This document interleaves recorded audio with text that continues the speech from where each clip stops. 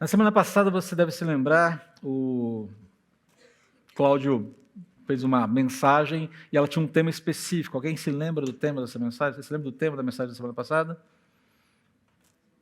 Você se lembra? Valores do reino.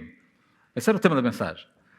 Quando eu mandei ali o briefing da missão para ele, eu tinha colocado uma outra indicação de tema, mas eu acho que ele foi preciso, eu acho que ele facilitou para mim no dia de hoje. Valores do reino de Deus.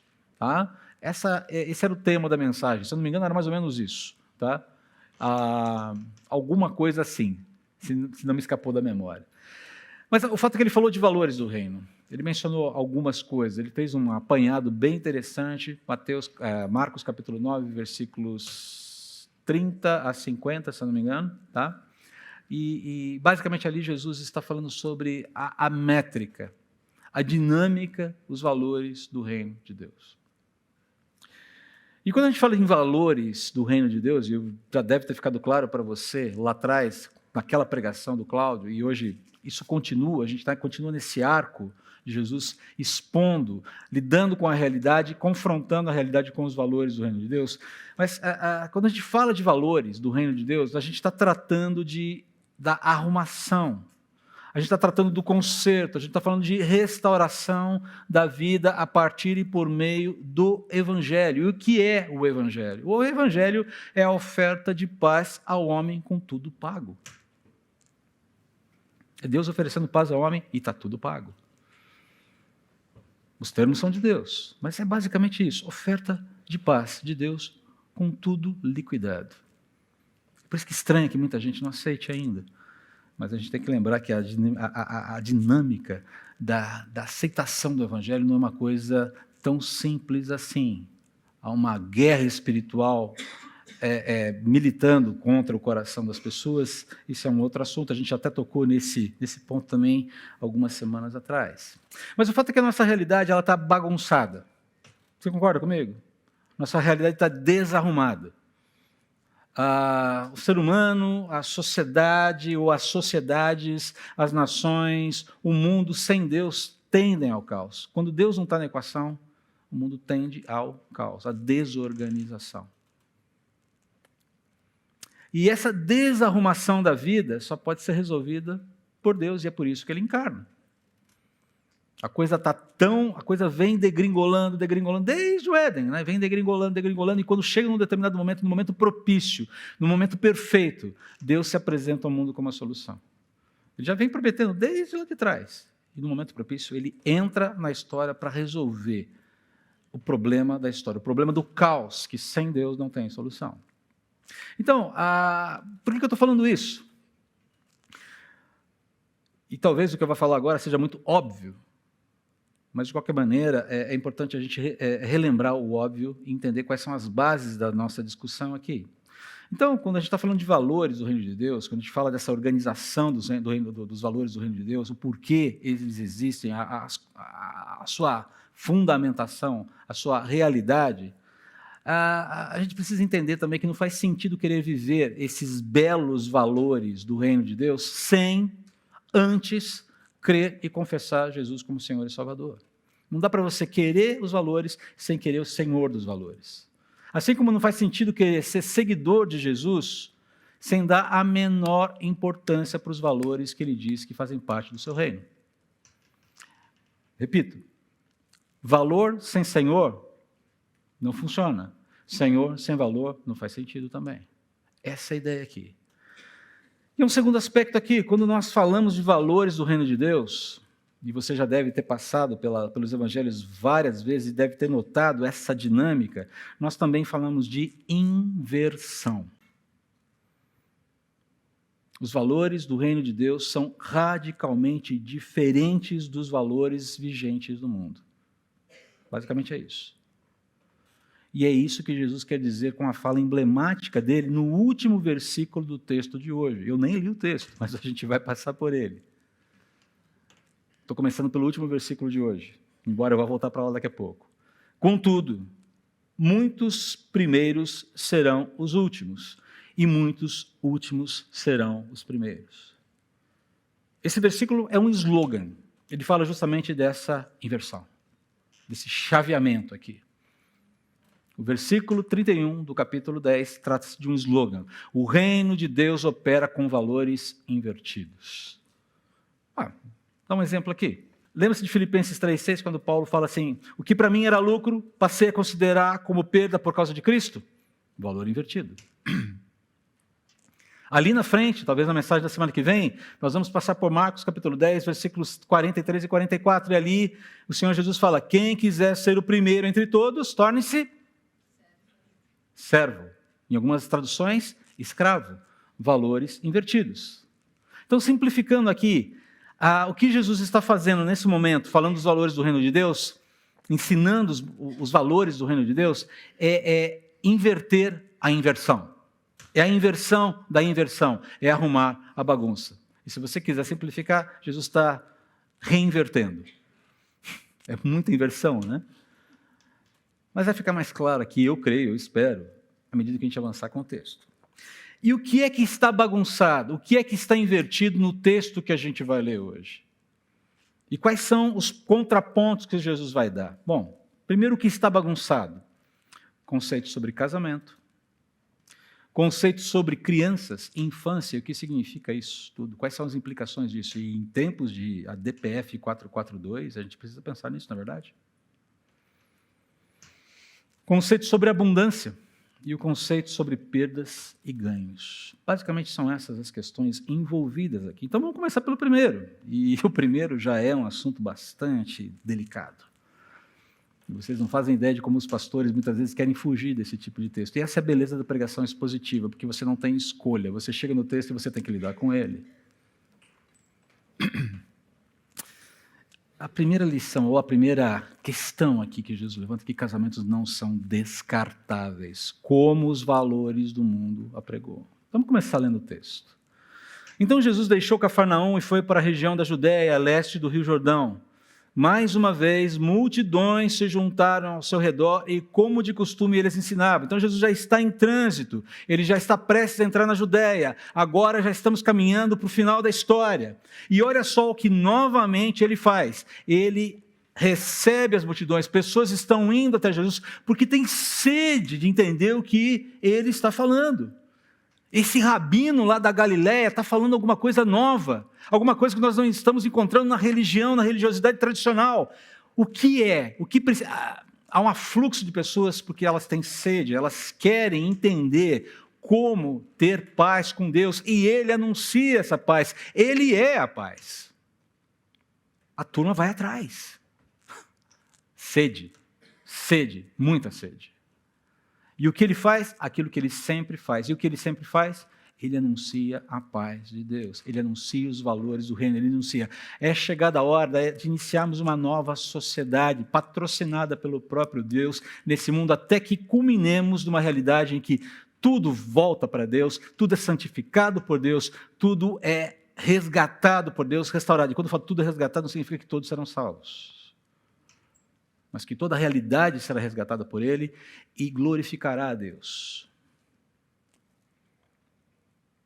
Então, a turma está indo atrás dele, mas perceba que tem sempre lobos acossando ali o cordeiro. Mal o Senhor Jesus chega ali, mal ele está nesse processo de ensinar as pessoas que têm sede, sim, de ter paz com Deus, a turma do vamos estrangular a mensagem chega junto. Olha lá. Alguns fariseus vieram e tentaram apanhar Jesus numa armadilha com a seguinte pergunta. Olha aqui a inversão terrível. Deve-se permitir que um homem se divorcie de sua mulher? O papo começa assim.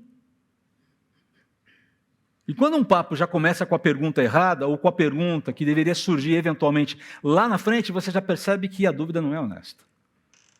Aliás, uma coisa que nós cristãos precisamos aprender a fazer é quando dialogarmos com pessoas que têm dúvidas sobre a vida cristã, sobre a Bíblia, sobre Deus, é identificar quão honestas são as questões que elas têm.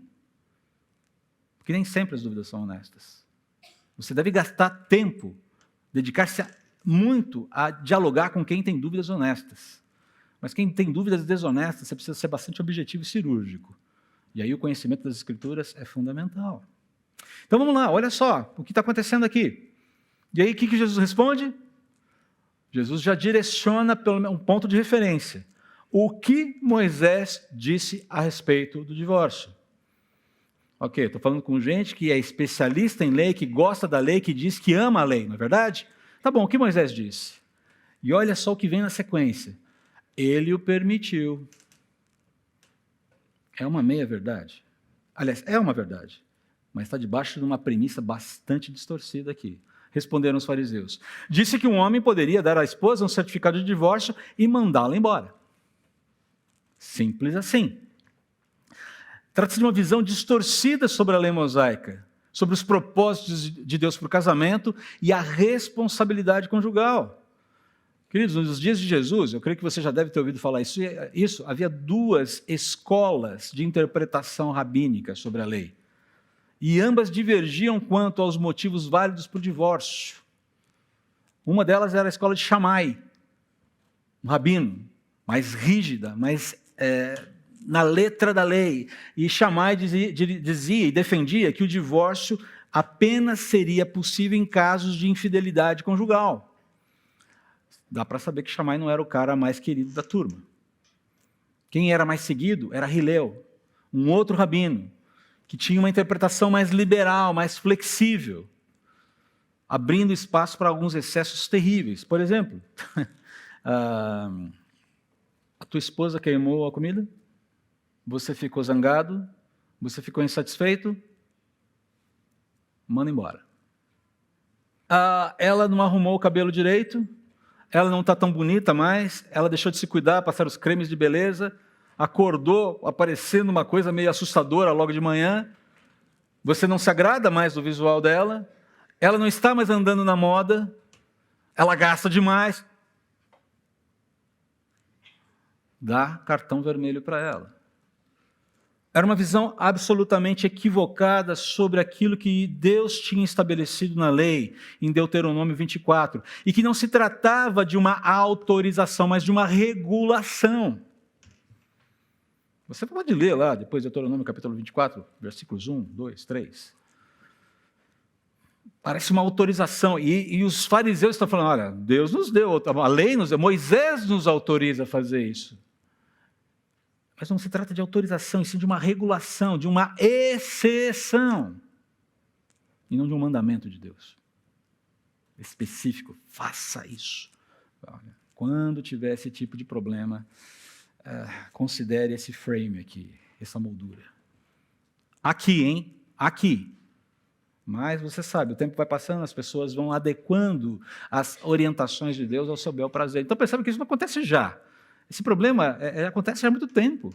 A flexibilização, a relativização de princípios está lá atrás.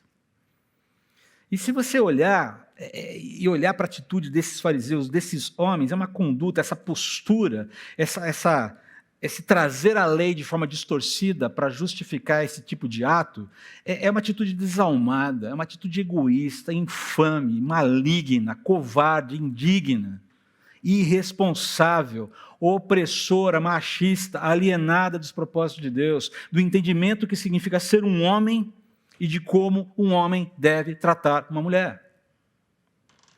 É de doer. E essa é a turma que estava dos píncaros da glória da religião. Era a turma que liderava a turma na direção de Deus. Que beleza de exemplo, na verdade. Queimou arroz? Manda embora, cara. Mas da próxima vez, por favor, veja se ela tem lá um curso do Masterchef, alguma coisa do tipo, né? Porque aí ajuda você a não ter esse tipo de problema mais. É nesse nível que as coisas estão acontecendo aqui. Mas perceba que Jesus aqui vai inverter essa situação ali. Jesus começa a dar um contraponto bastante interessante. Jesus, porém, disse, Moisés escreveu esse mandamento porque vocês têm o coração duro.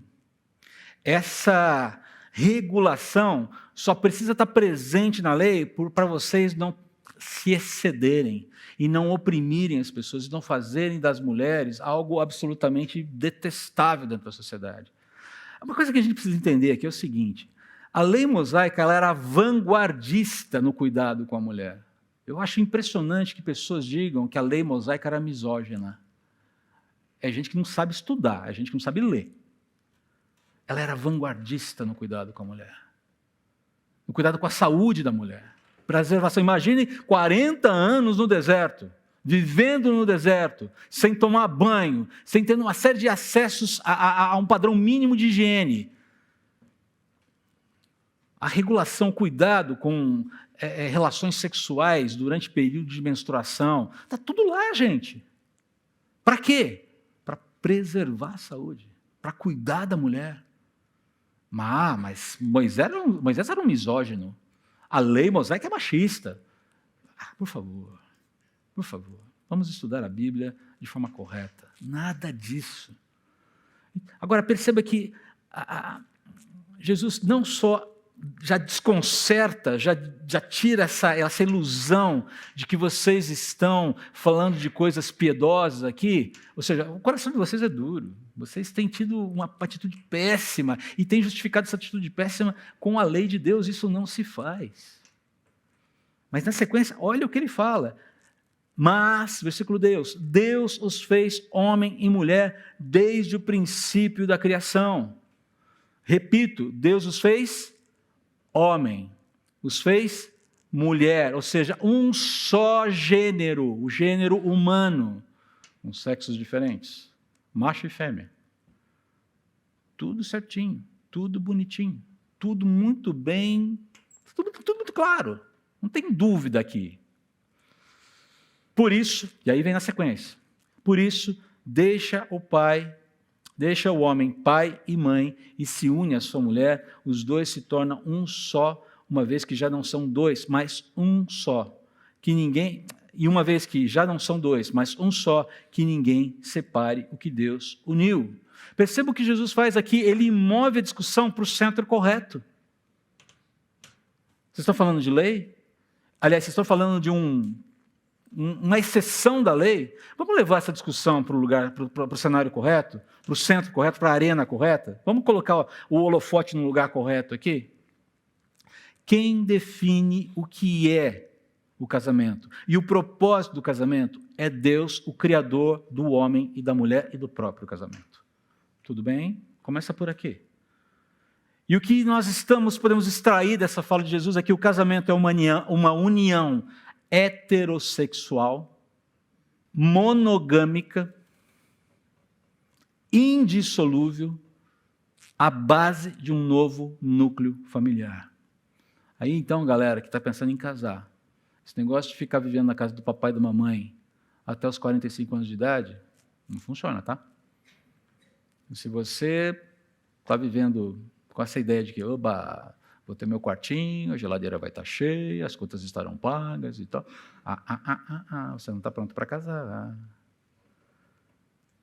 Homens, sobretudo vocês rapazes que pensam, que sonham em se casar, e eu espero que vocês queiram isso mesmo. Lembrem-se, vocês precisam construir, vocês precisam assumir a responsabilidade dos seus lares. E nada de ficar o tempo todo dependendo de papai e mamãe para tapar buracos na vida. Eventualmente precisaremos de ajuda, claro que sim, eu já precisei, queridos. Mas quando isso se torna uma constante, uma prática recorrente da vida, temos alguns problemas aí. Assumiu a sua vida de casado, assumiu o seu casamento, é um novo núcleo familiar, uma nova base familiar. A responsabilidade é sua agora, homem, é sua agora, mulher, é sua agora, marido, é sua agora, esposa. Conte com o corpo de Cristo para te ajudar a caminhar nesse sentido. Conte até com a sua família, mas entenda que agora você tem uma responsabilidade diante de Deus. A responsabilidade é sua, por aquele pastoreio daquele novo núcleo familiar. Casamento é uma união heterossexual, monogâmica, indissolúvel, base de um novo núcleo familiar. É isso que nós aprendemos dessa fala de Jesus. Não tem como fugir disso, está claro ali. Isso é definido na origem da humanidade, lá em Gênesis, é anterior e superior até mesmo a Moisés, até mesmo a lei mosaica. Jesus vai no ponto aqui, vai na veia aqui. E vou falar uma coisa para vocês, declarar que casamento é isso, não é intolerância, não é discurso de ódio, isso é confissão de fé. Tá bom? Isso é confissão de fé. Valores do reino. Sigo o Senhor do reino, os valores do Senhor do reino mapeiam a minha vida, direcionam a minha vida, dão ordem à minha vida. Sem Senhor, sem valores. Valores sem Senhor não faz sentido. Não é intolerância falar isso. Não é discurso de ódio. Ninguém aqui está autorizado a sair quebrando, a sair batendo, a sair pré-julgando, cometer qualquer espécie de ato violento contra outra pessoa, porque decidiu não seguir essa nomenclatura. Mas o que eu estou falando aqui, se você vive no reino de Deus, se você é filho de Deus, se você anda com Jesus, esse é o padrão que regula a vida no reino de Deus. Palavras do Senhor Jesus. Não é discurso de ódio, é confissão de fé. E Jesus vai e passa. Termina assim essa conversa. E aí parece que tudo terminou. Mas aí você tem mais um momento onde Jesus dá mais uma informação que dá aquela estremecida no coração dos discípulos. Mais tarde, quando Jesus estava em casa com seus discípulos, eles tocaram no assunto. Essa é a questão do casamento. Jesus respondeu, e olha só, e aqui ele vai acrescentar uma informação. Ele vai expandir o ensino. Quem se divorcia de sua esposa e se casa com outra mulher, comete adultério contra ela. E se a mulher se divorcia do marido e se casa com outro homem, comete adultério. O princípio fica ainda mais claro. Quem abre mão da aliança conjugal pelo divórcio, caminhando para o divórcio, e contrai um novo casamento, comete infidelidade conjugal. É isso o que está sendo colocado aqui. Por que Jesus está falando isso? Mas peraí, não divorciou, não separou, agora é um outro casamento? Qual é a dinâmica aqui? Não estou entendendo por que infidelidade conjugal. Queridos, é relativamente simples de entender, difícil talvez de aceitar. Por quê? É infidelidade conjugal. Porque a pessoa que se divorcia e se recasa, segundo essa palavra do Senhor Jesus, ela se torna, diante de Deus, ou marido de duas esposas, ou esposa de dois maridos, ainda que viva apenas com um deles. Essa relação de parentesco não some. Ela não é apagada. Ela não é sublimada. Não existe reset. O vínculo continua valendo diante de Deus. E esse projeto é um distanciamento do projeto original de Deus para homens e mulheres. Um casamento heterossexual, monogâmico, indissolúvel. Agora, deixa eu colocar uma coisa aqui para você, que eu sei que entre nós há várias pessoas divorciadas e recasadas, e eu realmente, com todo o meu carinho, quero dizer para você, eu quero dizer para você que a graça de Deus te basta. Entenda isso. Não quero que você saia daqui aflito hoje. André, eu sou recasado, e daí? Permaneça como você está e lute pela manutenção do seu casamento. Vamos lembrar aqui que a graça de Deus se manifestou na vida de pessoas como Abraão, como Jacó, Eucana, lembra da situação de Eucana, com Ana e Penina ali?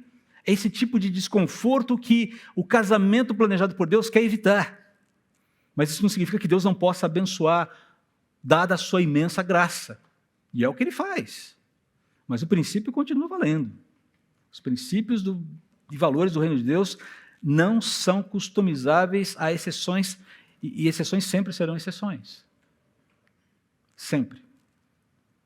Ainda que a graça de Deus venha alcançar e favorecer, dentro da sua soberania, situações nesse caso. Davi é um outro exemplo.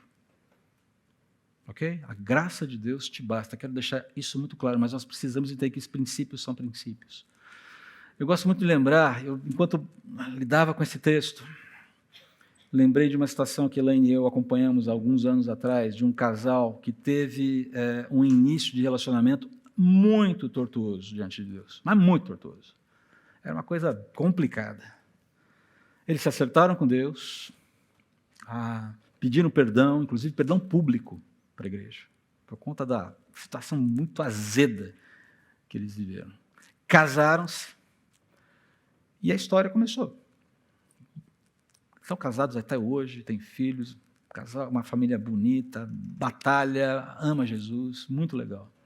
Mas eu lembro que não muito tempo depois desse episódio do casamento deles, alguém da própria comunhão ali, da própria comunidade de fé, tentou usar o exemplo desse casal diante deles, numa conversa em que estávamos todos juntos, para justificar o encaminhamento de vida parecido para si. Não, olha só, olha o exemplo deles. Olha como funcionou, olha como deu certo, olha como tudo... E eu fiquei ouvindo, falei, bom, ok, o que eu vou falar agora, Senhor? Porque eu acompanhei os bastidores. Sabia das lutas. Sabe o que foi mais interessante? A reação daquele casal. Eles falaram, opa, pera lá. Não faça isso. Não faça isso. Você vai sofrer e vai fazer outros sofrerem. Nós não nos recomendamos como exemplo a ninguém nessa matéria. Deus derramou graça sobre a gente? Sim. Sim. Mas nós ainda lidamos com as implicações de muita coisa, de muitas decisões tomadas lá atrás. Não nos recomendamos como exemplo. Por favor, não faça isso. Nós não queremos ter esse peso diante de Deus. Não nos imite. Ainda que a graça de Deus esteja presente nas nossas vidas e nós possamos caminhar em novidade de vida, porque Ele é misericordioso. Você tem os princípios, você tem o padrão de Deus. Não haja, não normatize a exceção. Por favor, não faça isso. Que Deus tenha misericórdia. Eles ficaram apavorados, na verdade. André, por favor. Eu falei, cara, foi excelente. Fique tranquilo, acho que entenderam. E pela graça de Deus naquele dia, o pastor não precisou falar absolutamente nada. Mas é difícil, porque o coração fica quebrado. Você fica entre duas situações muito difíceis. Você não quer machucar as pessoas, você não quer ferir as pessoas, você não quer que elas sofram.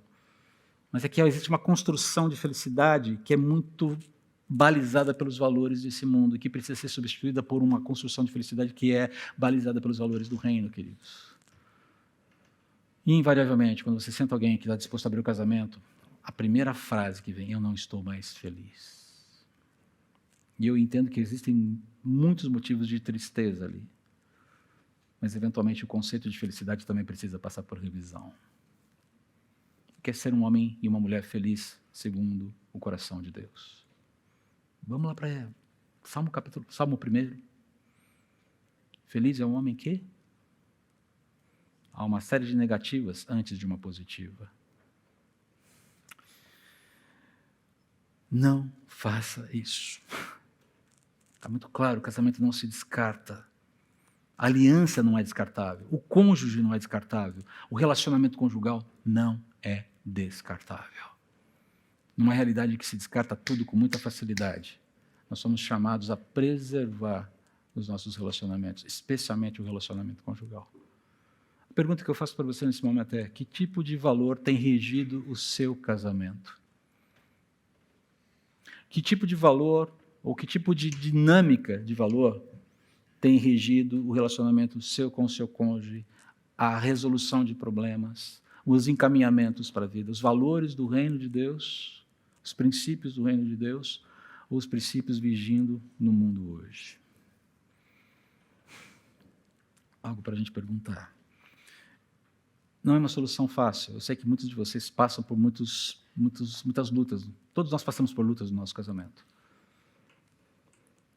E quando eu olho para mim, para o meu casamento, e vejo que eu estou casado, esse ano vai fazer 29 anos de casado, gente. Você acredita nisso? Eu falei, cara, 29 anos, passou assim. O ano que vem, 30 anos, uau!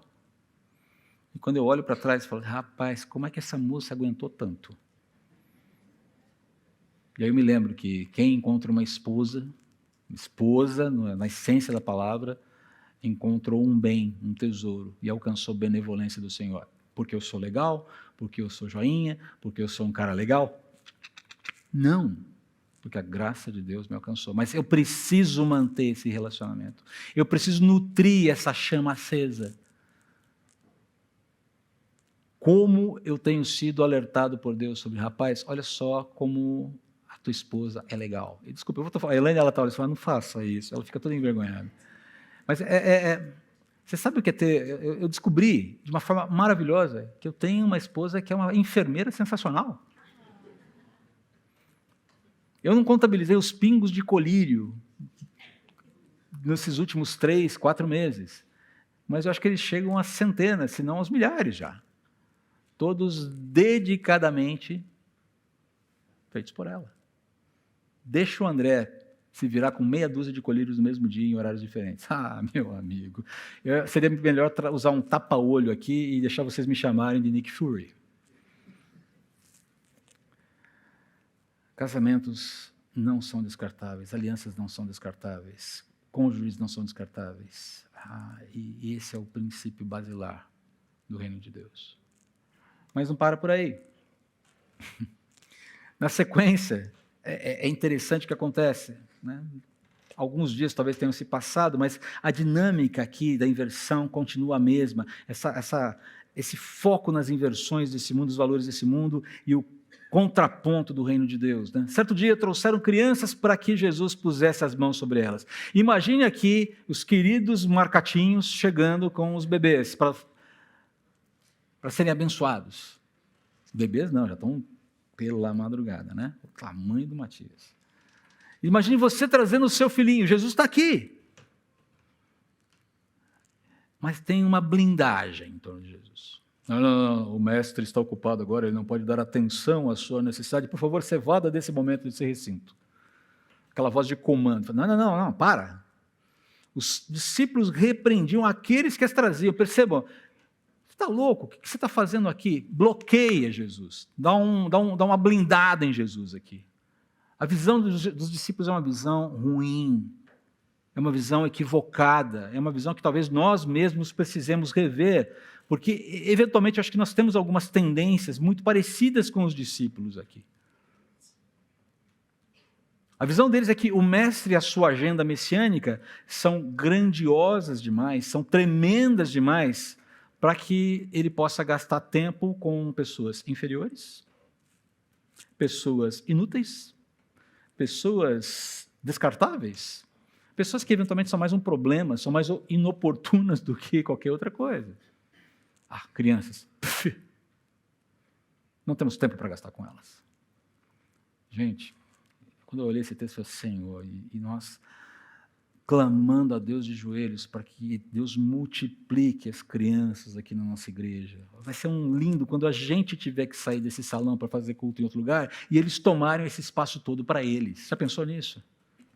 Mas perceba aqui, né? Na visão dos discípulos, a proximidade com Jesus é para um grupo seleto, é para um grupo especial, é para um grupo escolhido a dedo. É só para o petit comité.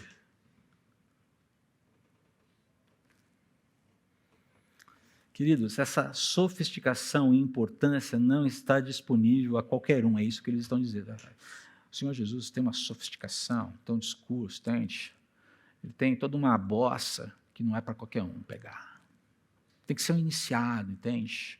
Tem que ter um chamado, entende? Tem que ser diferenciado, morou? Aqui eu estou fazendo um discurso meio anos 70, meio jovem guarda, entendeu? Mas acho que vocês também entenderam. Ou não. Maria Fernanda está olhando para mim assim, a Malu, olha, está olhando para mim com um olho. Basicamente, é essa ideia de, ei, isso aqui não é para qualquer um. E vocês estão importunando nesse momento. Que palavra ruim, que atitude ruim. Não entenderam nada. E se você olhar, voltar um pouquinho para Marcos, capítulo 9, deixa eu ver se eu consigo abrir aqui. No capítulo 9, no versículo 42, um texto que o Cláudio Duarte pregou semana passada. A gente vê ali no versículo 42, né, quando Jesus fala assim, se alguém fizer tropeçar um desses pequeninos, na verdade ele falou antes, aliás, deixa eu ver aqui onde está. Perdão, versículo 33. Quando chegaram a Cafarnaum, quando já estavam em casa, indagou-lhes, sobre o que discorriam vocês no caminho? Eles, porém, ficaram em silêncio, porque no caminho haviam discutido sobre quem era o maior ali da turma. Olha só a visão. Está aqui de novo isso. Assentando-se Jesus, reuniu os 12 e lhes orientou, se alguém deseja ser o primeiro, será o último e servo de todos. E conduzindo uma criança, colocou-a no meio deles e tomando-a nos braços, revelou-lhes, quem recebe uma destas crianças, por ser meu seguidor, do mesmo modo estará a mim recebendo. E qualquer que me recebe, não está apenas me recebendo, mas igualmente aquele que me enviou. Ouvimos sobre isso a semana passada. Essa ideia de, muito cuidado com os mais frágeis, muito cuidado com os pequenos, não necessariamente só as crianças, mas os pequenos, aqueles que estão se achegando a Jesus agora com todas as suas fragilidades, limitações, inquietações, dúvidas. Mas, sobretudo, o que Jesus está nos ensinando aqui, e é esse o contraponto, a partir do versículo 14, ele fala, ao ver isso, Jesus ficou indignado com os discípulos. Olha só, ei, para tudo. O que é isso, meu? Ô, moçada, o que aconteceu? Não tomaram café da manhã hoje? Está todo mundo de mau humor, é isso? E disse, deixem que as crianças venham a mim, não as impeçam, pois o reino de Deus pertence aos que são como elas.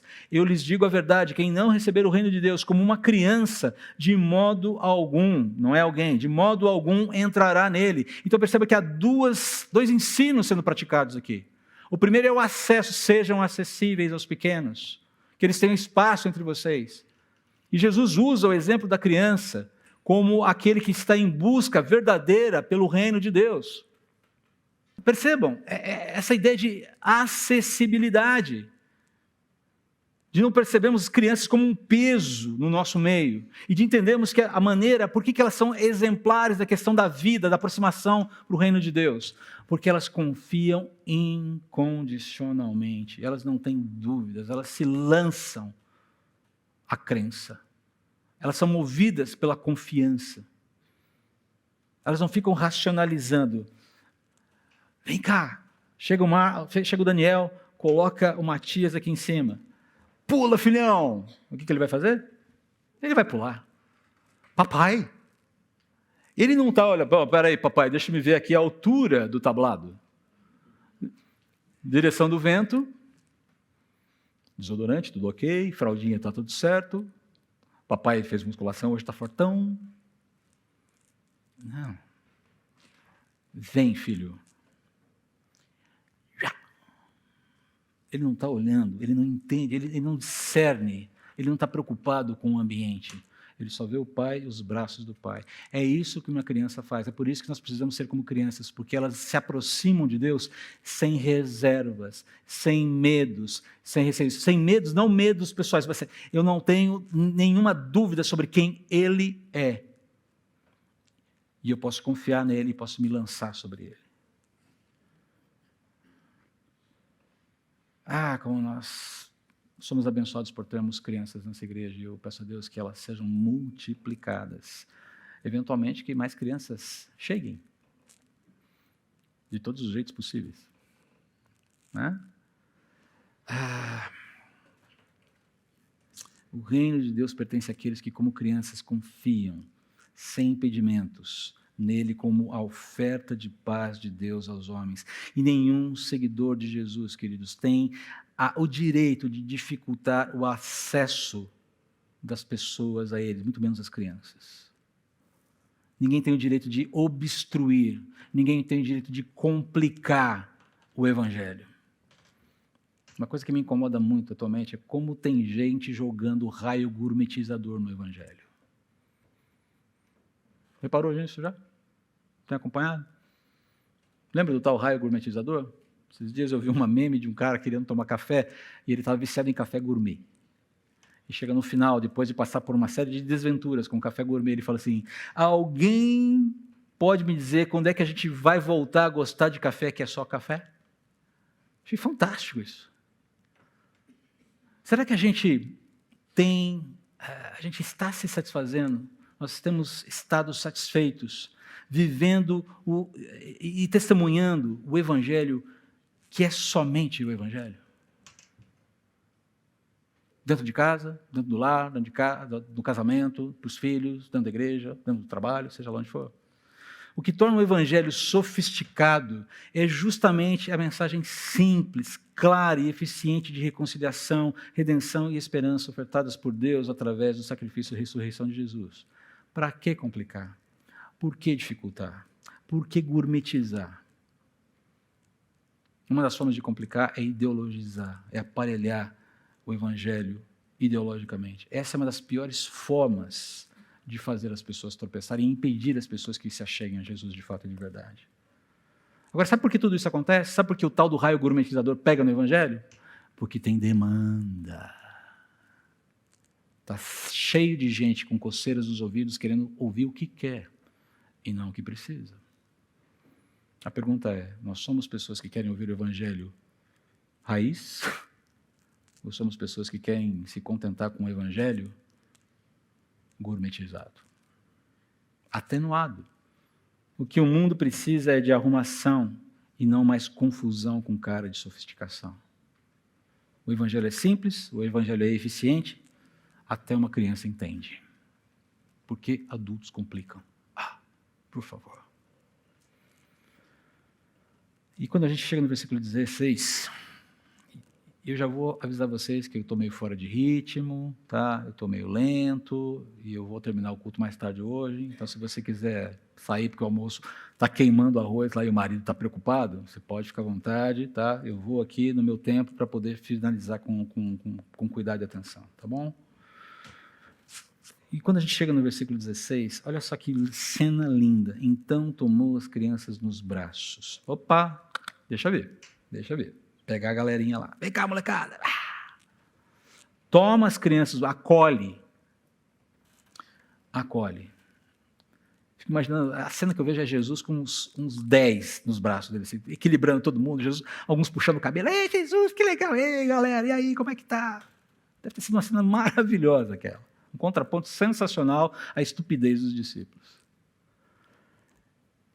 Mas, quando eu olho essa cena, Jesus acolhendo, abraçando, abençoando, eu não consigo, não dá para deixar de ficar indignado ao ler esse registro, ao imaginar essa cena, com a bruxaria instalada no Supremo Tribunal Federal sob o nome de ADPF 442.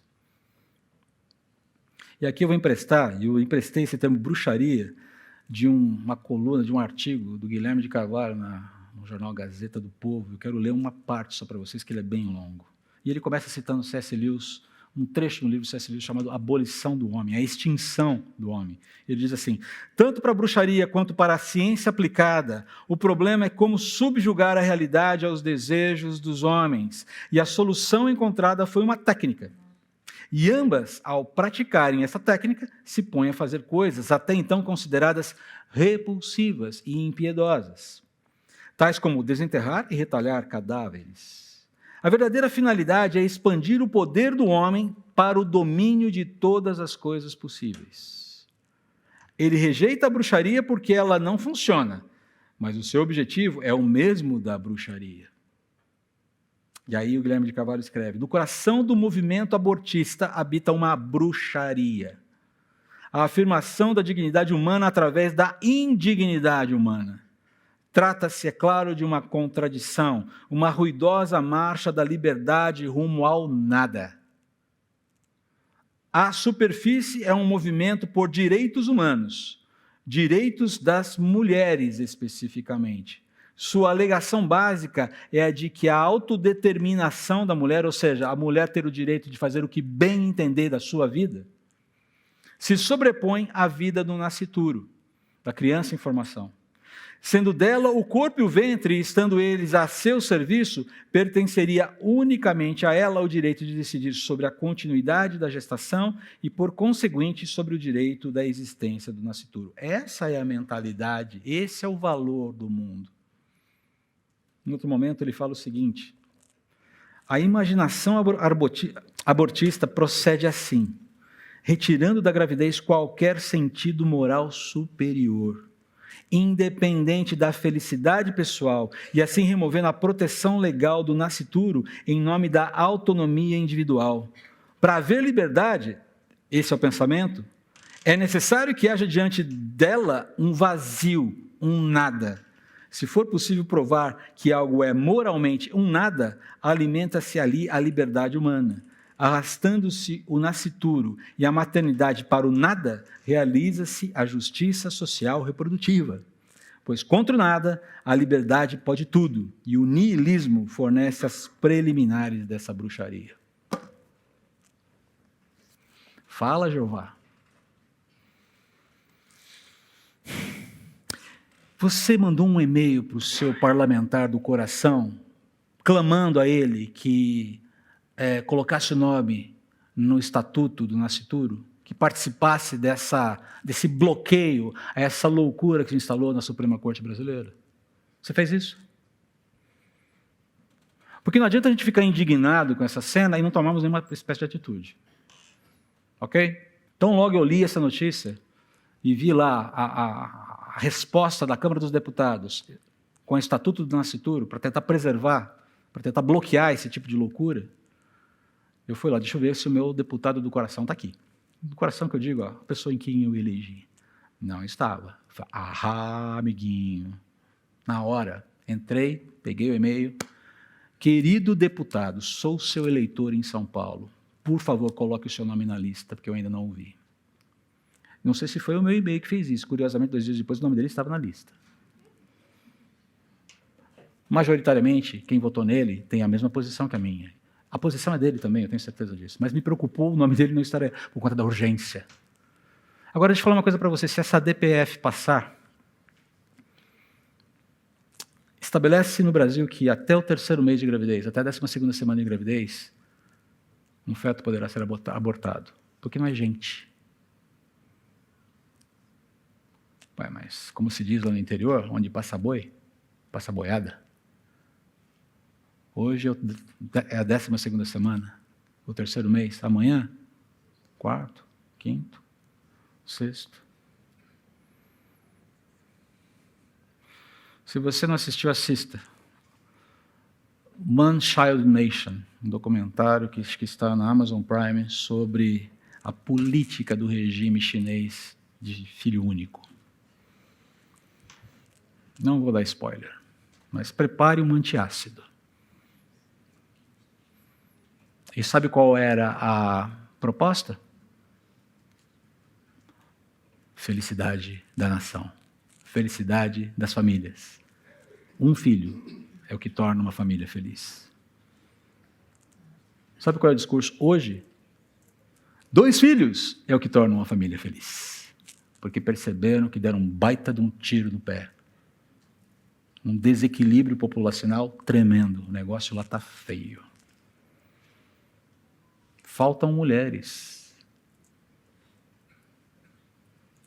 Muitos homens, poucas mulheres. Está dando uns quiprocós meio esquisitos lá. Mas tudo pela felicidade, olha só. O argumento é a felicidade.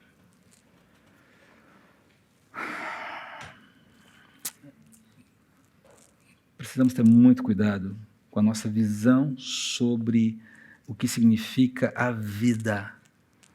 E se os valores do reino de Deus são os valores que determinam a sua vida, são os valores que você tem para o encaminhamento da vida, você tem que defendê-los, ainda que isso seja custoso para você e para mim. Ok? Mas mandar um e-mail para o deputado não custa tanto assim. Dá para fazer. E Jesus continua. Abundância. Quando Jesus saía para Jerusalém, um homem veio correndo em sua direção, ajoelhou-se diante dele e perguntou: bom mestre, o que devo fazer para herdar a vida eterna? E aí Jesus fala: por que você me chama de bom? Já preguei sobre esse texto há muito tempo atrás.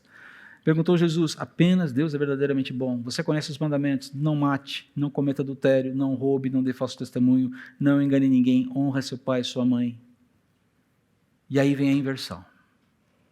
Olha a resposta desse rapaz. Senhor, mestre, tenho obedecido a todos esses mandamentos desde a juventude. Basicamente, ele olha para aquela informação inicial de Jesus e diz, opa, estou bem na foto. Agora, você percebe alguma coisa interessante nessa relação de mandamentos que Jesus apresenta aqui para ele? Percebe alguma coisa? Isso aqui é extraído do Decálogo, dos 10 mandamentos. Jesus cita, curiosamente, apenas mandamentos recíprocos horizontais. O Decálogo começa com os mandamentos em relação a Deus. Jesus não os menciona. Jesus menciona apenas os mandamentos relacionais horizontais. E ele responde, Senhor, tenho feito tudo isso desde que eu me entendo por gente. Opa, está ficando legal isso aqui. Eu acho que vai dar... Acho que vou conseguir o que eu estou querendo, vou conseguir a resposta que eu tanto preciso. Eu fico imaginando esse moço todo animado, esperando um super elogio de Jesus. E aí já aquela mentalidade, olha, se eu tenho feito tudo certinho desde a minha adolescência, se eu tenho sido bom, se eu tenho sido piedoso, se eu tenho sido justo, a conclusão é que eu mereço a vida eterna, não é verdade? E Jesus ama esse moço, a palavra aqui é muito interessante. Com amor, Jesus olhou para o homem e disse, ainda há uma coisa que você não fez. E eu creio que no primeiro momento ele deve falar, tá bom, me diz o que é então. Vá, venda todos os seus bens e dê o dinheiro aos pobres, então você terá um tesouro no céu, depois venha e siga-me. Ao ouvir isso, o homem ficou desapontado e foi embora triste, pois tinha muitos bens. Você percebe o que aconteceu aqui? Jesus convidou esse homem a se tornar um discípulo imediato dele. E esse homem rejeitou. Da mesma maneira que Jesus chamou Pedro, chamou tantos outros discípulos. Vem me seguir. Vou embora. Havia uma disposição enorme nesse rapaz, nesse homem, de fazer tudo o que é correto, menos a disposição de trocar a sua divindade. Eu quero os valores, eu quero os benefícios, mas se eu tenho que mexer naquilo que é central na minha vida, estou fora. Se o evangelho me custa tudo isso, se a vida eterna é tão cara assim, eu passo. Eu prefiro o que eu tenho aqui. Agora, note uma coisa muito interessante, Jesus não vai atrás desse moço. Jesus não gourmetiza a mensagem. E, na verdade, Jesus usa essa decisão trágica desse moço para ensinar mais uma lição para os discípulos aqui. Pessoas com muitos recursos financeiros dificilmente se veem necessitadas de Deus. Se veem necessitadas da oferta de paz de Deus, do socorro de Deus, até que seja tarde demais. Porque a abundância material, queridos, é uma grande... Todos nós sabemos isso. A abundância material, ela é uma grande sedutora que ilude com a falsa sensação de segurança, falsa sensação de proteção, falsa sensação de tranquilidade, de estabilidade, de realização, felicidade, e mais, ela nos dá a ilusão de que nós temos o poder sobre o nosso próprio destino. Entenda, ter dinheiro não é um problema. Ter recursos não é um problema. Mas precisamos ficar alertas a essa sedução. Aquele alerta que Jesus fez ali com a parábola do rico insensato que está lá em Lucas. A vida de um ser humano não consiste na quantidade de seus bens. Agora, é interessante a reação perplexa dos discípulos. E ela revela uma visão ainda imatura dessa turma que está seguindo Jesus sobre o que é a salvação.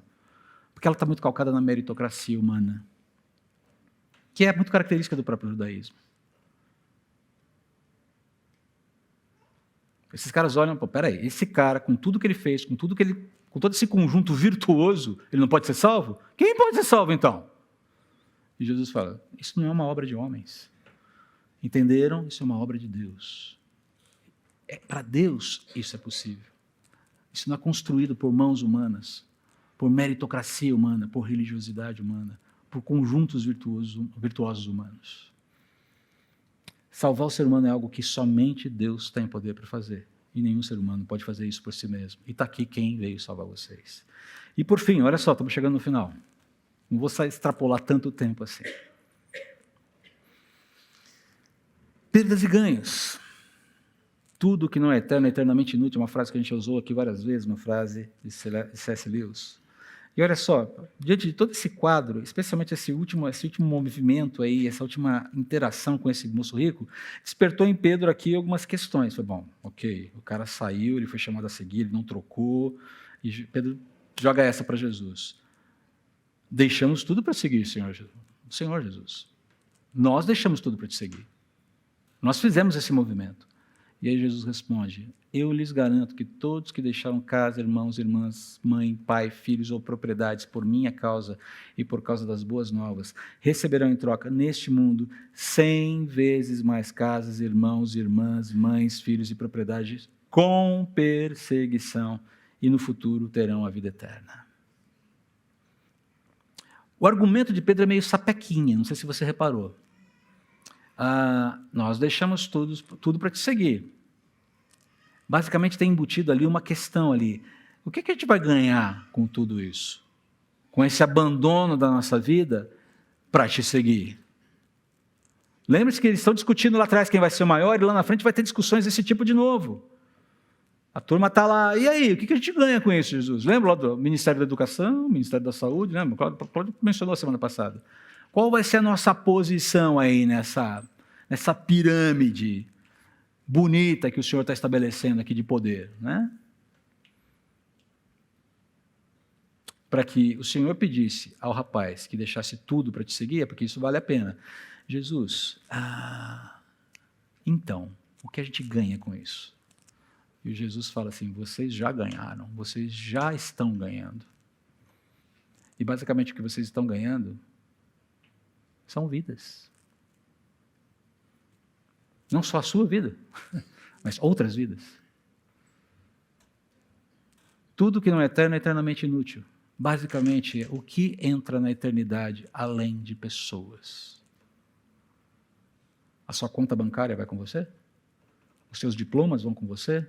O seu status social vai com você? O seu carro bonitão vai com você?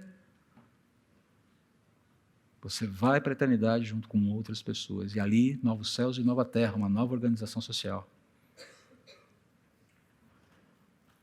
É isso que significa: os primeiros serão os últimos e os últimos serão os primeiros. Porque são os valores do reino de Deus que vão prevalecer no final. São os valores do reino de Deus que vão vigorar no final.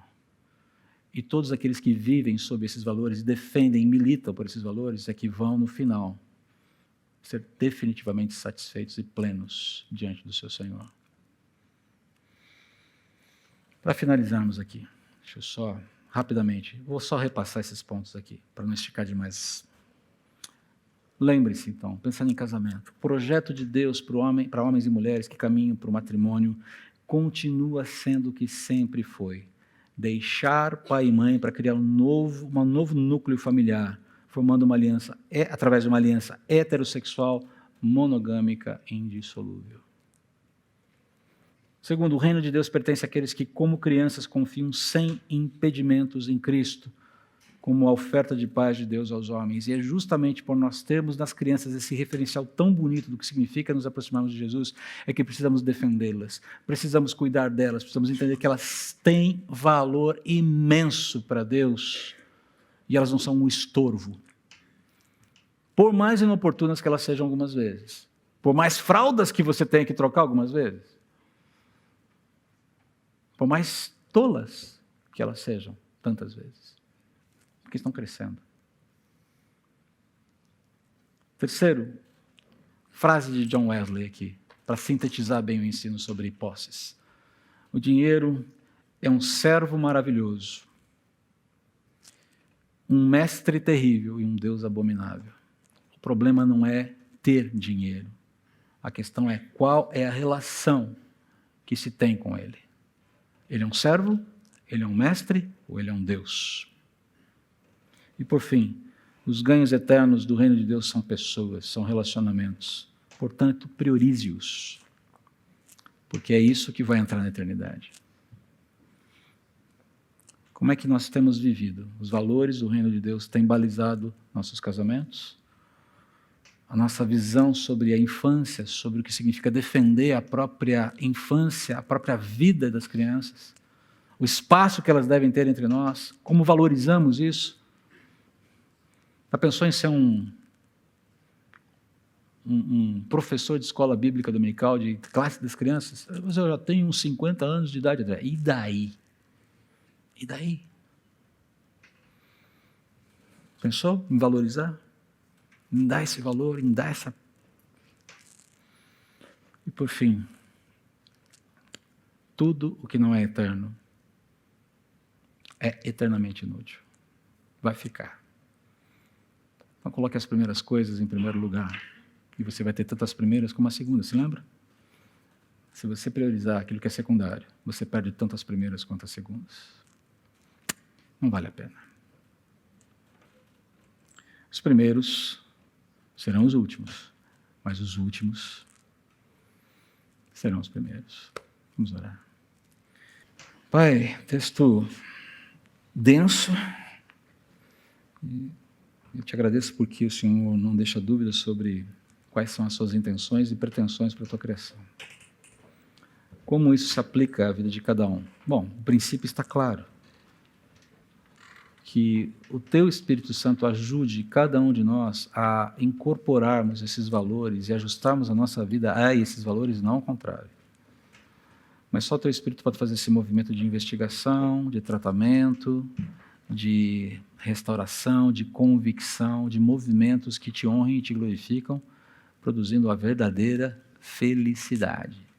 Que não é uma felicidade e um contentamento tão boboca, tão imbecil, tão tolo, tão limitado como esse mundo tem defendido. Ajude-nos, eu te suplico, a investirmos na verdadeira felicidade, que é considerar a tua lei, os teus mandamentos e andar de perto com o Senhor. Em nome de Jesus. Amém.